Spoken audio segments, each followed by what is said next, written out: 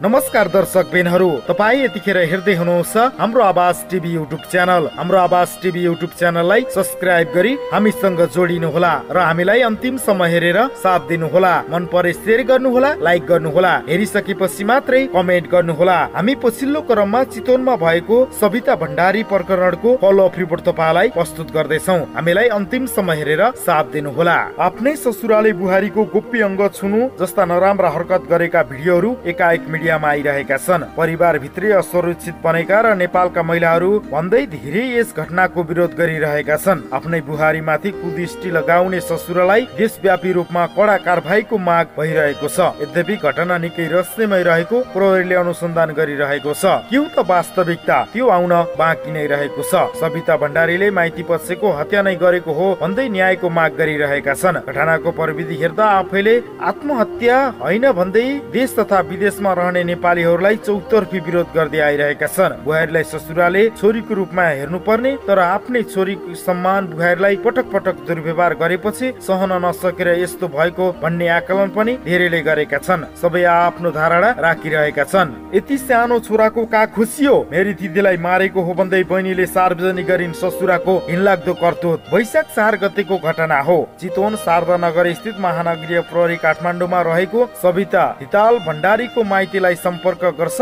र सविता धिताङ भण्डारीले केही घण्टा अगाडि देहत्याग गरेको र मृतकको शव अस्पतालमा पुर्याइएको सकेसम्म छिटो सम्बन्धित अस्पतालमा आइपुग्न अनुरोध गर्छन्। यस्ता सविताको माइती परिवार स्तब्ध बन्छन्। त्यो सूचनालाई स्वीकार्न सक्दैनन्। माइती पक्षले सविताको परिवारलाई सम्पर्क गर्न कोसिस गर्छ तर सम्पर्कमा परिवार भित्रका सदस्य कोही आउँदैनन्। अन्ततः परिवार नजिकका आफन्तसँग सम्पर्क हुन्छ र सविताको माइतीले कल्पना गर्नसम्म नसकेको घटनालाई स्वीकार्न बाध्य हुन्छन्। केही घण्टा भित्र माइती पक्ष सम्बन्धित अस्पताल पुग्छन् जहाँ सविताको शव पोस्टमार्टमको निम्ति अस्पताल पुर्याएको हुन्छ। सविताको माइती पक्षका अनुसार जहाँ प्रहरीले उनीहरूलाई सबैको फोटो खिच्न मात्रै होइन राम्रोसँग अन्तिम पल्ट हेर्न समेत दिन्छ। 28 वर्षीय सविता चितवन स्थित शहीद स्मारकबाट एचएमडी विषयको अध्ययन पूरा गरेर बीबीएस विषयमा अध्ययनरत थिइन्। अध्ययनमा अब्बल सविताले कलेज मात्रै कामको अवसर समेत मिलेको थियो तर उनले त्यो अवसरलाई स्वीकार गरिनिन् कारण सविता बाहेक कलेजका साथी वा अन्य कसैलाई थाहा नदै मृतक सविताले कलेज किन एक साथी अनुसार उक्त साथीको घरमा सविता आउने जाने गर्थिन्। सविताको उक्त परिवारमा निकै आत्मीय सम्बन्ध रहेको थियो। त्यस्तै यो घटनाले केही समय अघि सविता ती साथीको घरमा गएकी थिइन्। उक्त साथीका अनुसार त्यो दिन सविताको शरीरमा नील डामहरू देखेर उनले के भयो भनेर सोधिन्। सविताले जवाबमा श्रीमान उहाँले हिजो रक्सीको नशामा होस गुमाउनु भयो, सविताले यति मात्रै भनेकी थिइन्। सविताका कलेजका अन्य साथीहरू अनुसार सविता निकै आत्मविश्वास स्वभावकी थिइन्। पढाइमा अब्बल नै थिइन्। विदेश जाने होइन आफ्नो देशमा केही गर्नुपर्छ भन्दै साथीहरूलाई हँसाउँथिन्। उनले मृत्यु अगाडि उनले यस्ता केही आधारहरू समेत छाडेकी छिन् जसलाई प्रमाण मानेर हेर्दा सहजै अनुमान लगाउन सकिन्छ उनी माथि आफ्नै घर परिवारमा मानसिक यातना दिइरहेको थियो।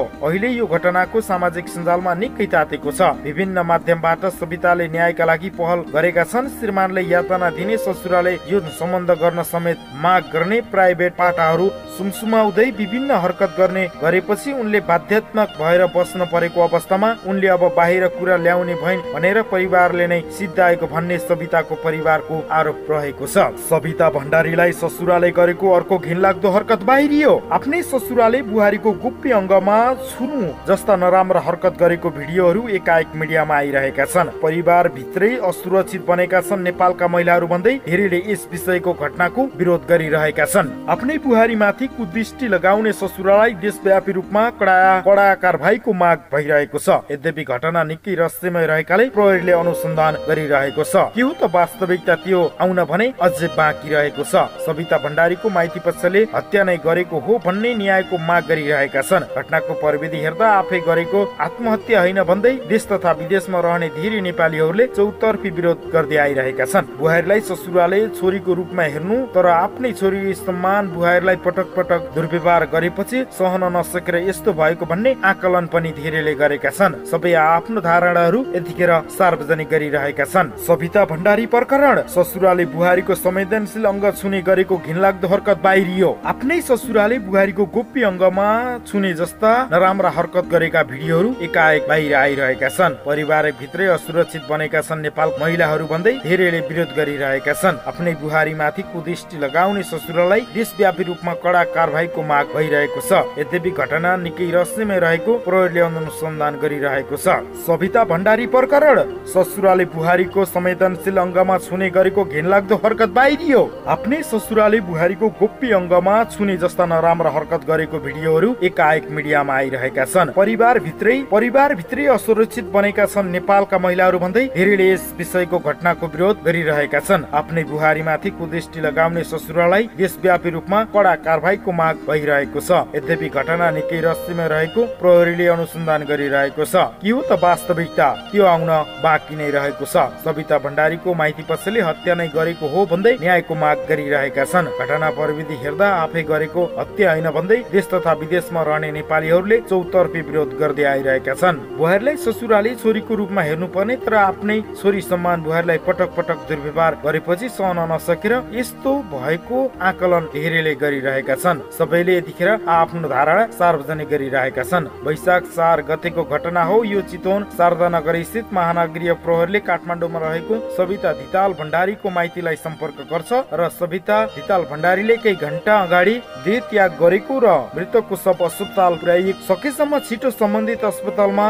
आइपुग्नु अनुरोध गर्छ। यस्ता सविताको माइती परिवार स्तब्ध बन्छ। त्यो सूचनालाई स्वीकार नै सक्दैन। माइती पक्षको सविताको परिवारलाई सम्पर्क गर्न कोसिस गर्छ तर सम्पर्कमा परिवार भित्रका सदस्य कोही आउँदैन। अन्ततः परिवार नजिकका आफन्त सम्पर्क हुन्छ। सविताले माइतीले कल्पना गर्नसम्म नसकेको घटनालाई स्वीकार्न बाध्य हुन्छन्। केही घण्टा भित्र माइती पक्ष सम्बन्धित अस्पताल पुग्छ जहाँ सविताको पोस्टमार्टमका लागि अस्पतालमा पुर्याइएको हुन्छ। सविताको माइती पक्षका अनुसार जहाँ प्रहरीले उनीहरूलाई सबैको फोटो खिच्न मात्रै होइन राम्रोसँग अन्तिम पल्ट हेर्न समेत दिन्छ। 28 वर्षीय सविता चितवन स्थित शहीद स्मारकबाट एचएमए विषयको अध्ययन पूरा गरेर बीबीएस विषयमा अध्ययनरत थिइन्। अध्ययन अब्बल सविताले कलेजबाटै कामको अवसर समेत मिलेको थियो तर उनले त्यो अवसरलाई स्वीकार गरिन् कारण सविता बाहेक कलेजका साथी वा अन्य कसैलाई थाहा नभए। मृतक सविताले कलेज किन एक साथीको अनुसार उक्त साथीको घरमा सविता आउने जाने गर्थिन्। सविताको उक्त परिवारमा निकै आत्मीय सम्बन्ध रहेको थियो। त्यस्तै यस घटनामा केही समय पनि सविता र ती साथीको घरमा गएकी थिइन्। उक्त साथीका अनुसार त्यो दिन सविताको शरीरमा नीलडामहरू देखेर उनले के भयो भनेर सोधेकी थिइन्। सविताले जवाब दिइन्, श्रीमान उहाँले हिजो रक्सीको नसामा होस गुमाउनु भएको थियो। सविताले यति मात्रै बोलिन्। सविताको कलेजका अन्य साथीका अनुसार सविता निकै आत्मविश्वासी स्वभावकी थिइन्। पढाइमा निकै अब्बल थिइन्। विदेश जाने होइन आफ्नै देशमा केही गर्नुपर्छ भन्दै साथीहरूलाई हँसाउँथिन्। उनले मृत्यु अगाडि